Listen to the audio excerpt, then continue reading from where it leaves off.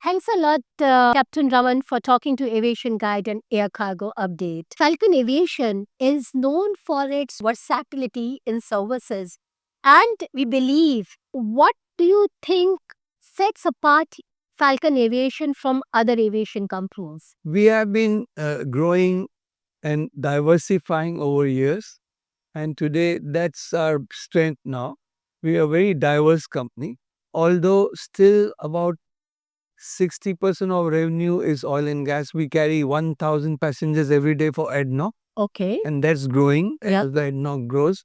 We give them huge helicopter support. So you have fixed wing and rotary wing fleet for ADNOC, which was our core business, but slowly from 80% is dropped down to 60.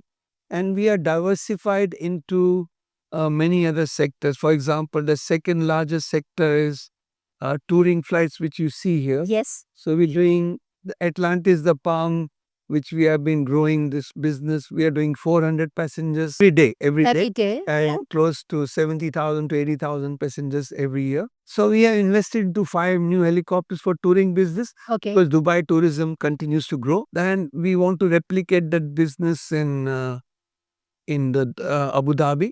We started those flights from the port area. Abu Dhabi is still catching up slowly, but I'm sure that in coming years it will also grow. The other business we have is the aircraft management business. Yes. So a lot of new investors have come in which want business jet support. So we manage their aircraft.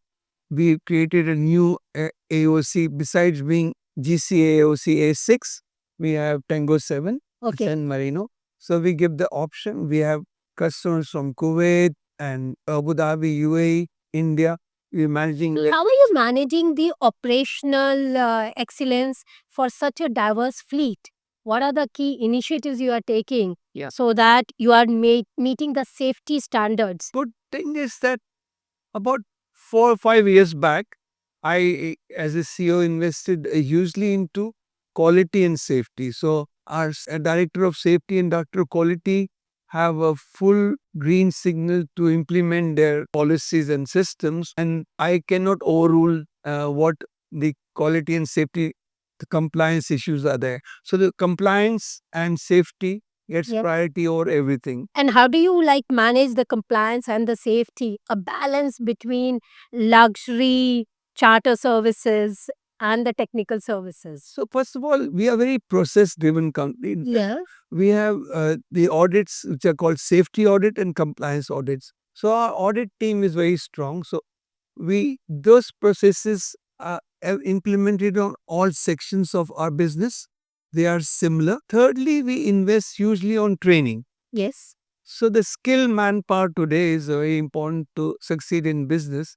And we have training for flight training and the MRO training.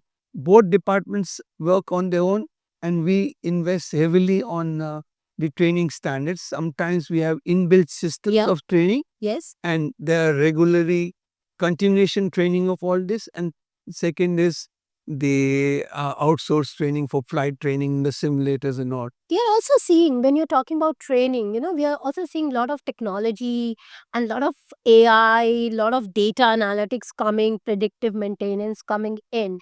So, how are you aligning your trainings for these future technologies? How is your workforce trained for those? So a lot of classroom trainings have been converted into learning management systems. Yeah. So our teams have built up a lot of these systems, which can be even the pilots, if they are on leave and all, or even on off time, they continue to train themselves. So we give them access to online training.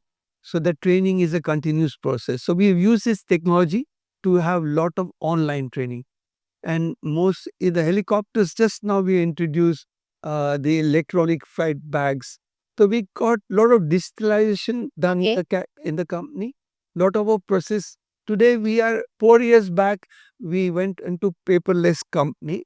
So we are not printing anything. So everything is digitalized. So we're using AI. In fact, most of our systems now, even for managing the company, like finance and HR system, have been using dynamic 365 ERP systems. All the employees can access everything online So today. it's all complete digital transformation, what is already happened at Falcon Aviation. And now we're going to invest into Microsoft Copilot systems, like we have Microsoft Teams, and also people don't have to waste money to have physical meetings. We have a lot of Teams meeting, and with the Copilot, Microsoft Copilot, we want to invest into more AI-driven processes where the teams can meetings can be automatically Put into the within calendar, everything, and not only calendar, they can make minutes of the meeting and send the emails automatically.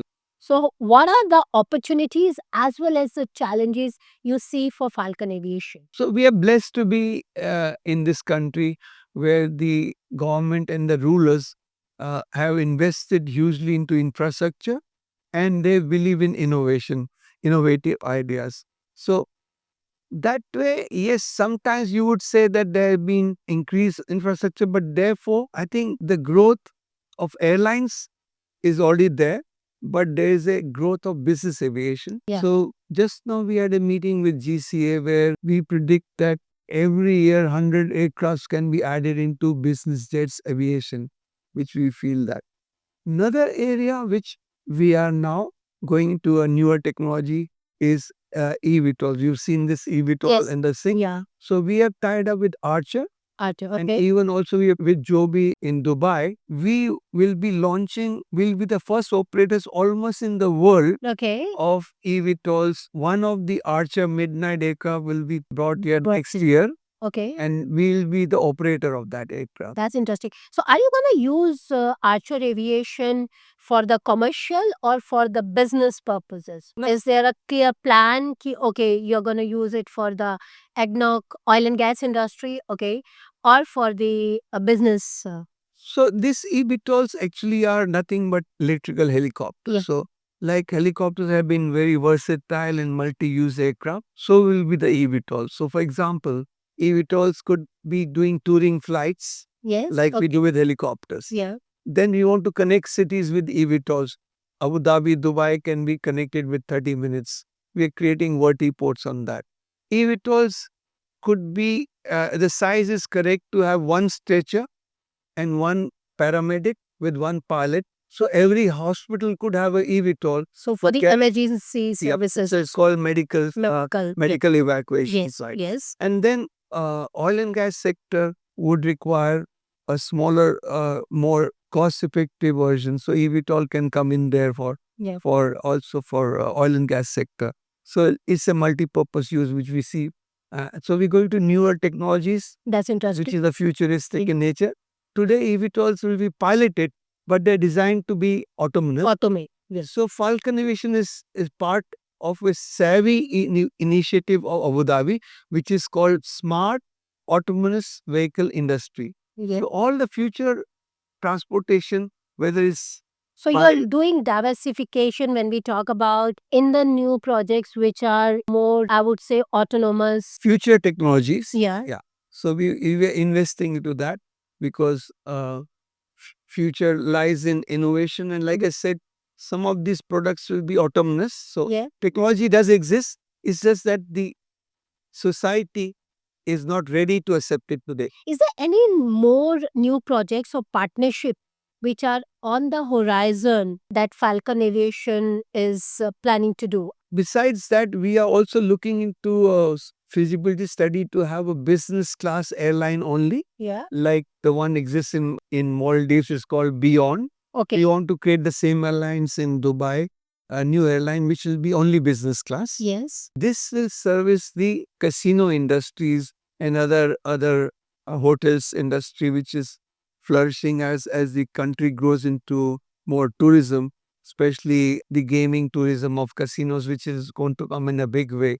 So we are gearing ourselves to support that industry by having business class airlines and then connect those passengers with eVTOLs and other things. So Now are you going to make this more, because as you have said business, it also a lot about a personalized service and also a lot about luxury when we are looking at like differentiating itself with the current business airlines or we have. So, what is a key differentiator which you're planning to have with Falcon Aviation? So, like I said, for each segment, we have a teams working on it. Yeah. So, we do a project study and then implement those projects as per the plan. So, we see all these as opportunities which should be taken, and we don't shy away for Yes. investing into those opportunities. So we take it that this country, as it grows from oil sector to other innovative technologies, we should take this opportunity to grow our business. Coming back to our last question, how do you see a Falcon Aviation in the next 5 years with the eVTOL, with the business airlines? Where do you see Falcon Aviation? Okay, we will be moving here, and this is our key mission or a vision. So we, of course, Etihad and Emirates are a big names, and they are multi-billion-dollar projects. But we, our own niche market, we are not that big, but we have a vision to be a unique company which does this multitasking roles and has got its own niche presence in the market where everyone is knows. And of course, we are here because of our customers, so that continues to be our key presence. So, can we see a focus moving in from oil and oil and gas to tourism? Or yeah, it's a mix also. okay. So both segments will grow. Yeah. Oil and gas will not slow down because 200 billion dirhams have been allocated for next 5 years by ADNOC. Okay. So we see that huge opportunity. Today we're doing 1,000 passengers every day. We like to do 2,000 passengers every day. All the very best for the future. Thank you so much for talking to Aviation Guide and Air Cargo Update. Thank you. All the best. Thank you. Okay, bye.